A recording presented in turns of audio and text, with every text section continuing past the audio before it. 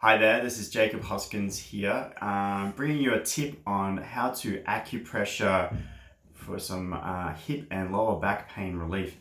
This is not a specific way to do acupressure. I'm just going to show you some zones that you can actually work on yourself and help you get some relief in between your treatments and hopefully get you through the day.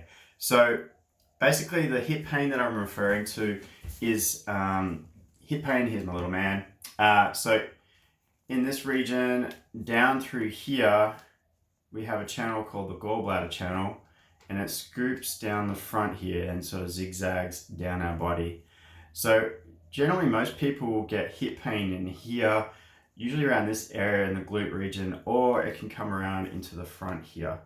So we're usually looking around glutes, TFL, IT band, getting into piriformis, going across, but usually it's glute med and piriformis and the psoas that actually travels down the front here, down through here. So that is generalized hip pain. And like I said, I'm not being specific with this quick acupuncture relief technique. It's just more of a way to give you some tools so you can actually get through the day. If you're sitting in the car, it can be really beneficial, especially if you're sitting in traffic. These points are very easy. They're on the hands and also on the shoulder. So I'm just going to show you the two zones on the hand that I like to use, and then I'm going to show you just in the shoulder what you can do. Basically, what you want to search for is a really tender point, something that is very sore but feels good at the same time. It doesn't have to have a correct relation to your pain, but it just wants to be that illicit, dull action that when you press on it, your body responds going, ouch, something is happening there. So that's what you want to look for when you're doing acupressure on yourself. And you need to sustain it. You need to sustain it for at least 10 to 15 seconds and then let it go.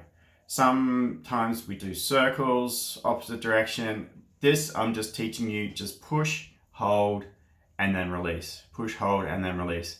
And really just do a few rounds, like 3 to 4 rounds each point, and then move on to the next sore point. And then, gradually as your body realizes that something's happening, that hip pain and lower back sort of dull ache should start to diffuse and move on. So yeah, I'm just going to show you on my little man here. Okay, so pull this out. So generally hip pain, like I said, is around here. And like I said, in acupuncture, we use a lot of imaging and we use a lot of, we will use like for like. So the arm is essentially a leg when you look at it like this. These models are nice because they actually have each segment split up into the portions that we use. So it's very handy to use these actually for a model. So what we're doing is the hip here, that little bulge there, actually we can use the image of our shoulder. So when we flip the arm upside down, this is in turn becomes our foot, then there's our calf, and then our thigh, and then our hip. So our hip can be the shoulder, and the shoulder can be the hip. Most times I use the shoulder to treat a hip. I very rarely use a hip to treat a shoulder. So what you want to do when you use the shoulder is work in a circle pattern. So go to the opposite shoulder and just look in this area here for any soreness. I like to pinch. You'll actually start to notice if you work your way around there, there's going to be some tender spots. They're the spots that you need to put pressure on and hold and release. And as you do it, just breathe in and breathe out. And just keep that relaxed process happening. It's just a matter of finding those spots, holding them, and then move around in that circle. So basically, when you work on your shoulder, just grab the top and the bottom bit, slide your hand up, and let's sort of fall into these little grooves here. And then what you do is just work your way around in between there and around them. So that's the opposite shoulder to treat the opposite hip. Always go for the opposites. It just works better when we're using channel connection. So the channels here, we're looking at large intestine and sanjiao and small intestine. So basically work on all that area. Don't worry about the specifics. Next is the hand. So the hand is very easy for everyone to get to. It's a long way away from the hip when we raise it up. So it's a very good distal area to work on. And when we work on the hand, basically, when we look at this model, and it was pointed out to me this week that his hands are massive. You match up the hand to the line of where the hip is. Now, this model's probably not as anatomically correct as it could be, but when we do that, we just scoot across and then we treat that area. So there we go. So the hand actually is working on the hip level. And what we're doing is working on these zones, working on the sanjiao channel here. So sanjiao 2, 3, and going into 4 and then 5. And this zone is part of the lung zone. So this line is the lung, and then we're hitting that area there as lung also. And we're also in the large intestine area. So this big area here, that's large intestine 4, which you'll probably hear a lot. People go press on there for headaches and relief in your jaw and neck. So that is a good point to push. The reason I've got the triangle is that you can see that whole area you can work on for your hip.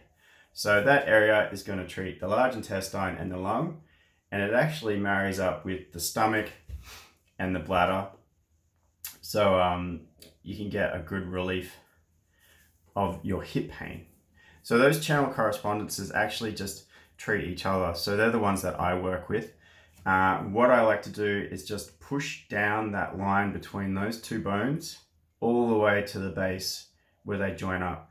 It's going to feel quite grungy and sometimes it might feel a bit painful, but they're the spots that you want to work on, and you want to press and hold them and make sure you breathe through it and just do a few rounds. Just work your way down through that line, and then even into this area here where your wrist is, the wrist joint, you'll find it's like a little soft spot. Press in there and hold that a few times as well. Okay, so that's the sanjiao channel. That treats the gallbladder channel on the outside of the body on that hip. Okay, so we're working on the large intestine and lung. Sorry, getting confused. It's technically not the lung line there, but anyway, someone's gonna pull me up. I'm just teaching you acupressure here. Okay, so what you wanna do is just push again along that line, and you work your way up into here, which this point is called Lingu, and it's a part of Master Tung's acupuncture system. And you push really deep. I like to push under the bone there, and that'll help with any sort of lower back tension, aches, sometimes pain as well, especially around that L5, S1, S2 area. So work your way around that triangle, and that way you're going to hit most of that area. When you get to the outside of your bone here, just push on the bone. That'll actually make your body work on the bone level itself and tendon level. And then sort of come through the fleshy bit that stimulates the blood flow, and then come back up to that first knuckle of that first finger, your index finger, and push right in there. And we're looking at Dabai, which is another famous point of Master Tung. And then work your way back down that bone to get there, and then do a circle. So that's hip pain, hip and lower back, and work on the shoulder. So work your way in a circle, any direction, just push, hold, push, hold, push, hold, push, hold. And you should get some relief through your lower back and hip. And yeah, try it out and go see your acupuncturist when you can. All right, I'll talk to you soon.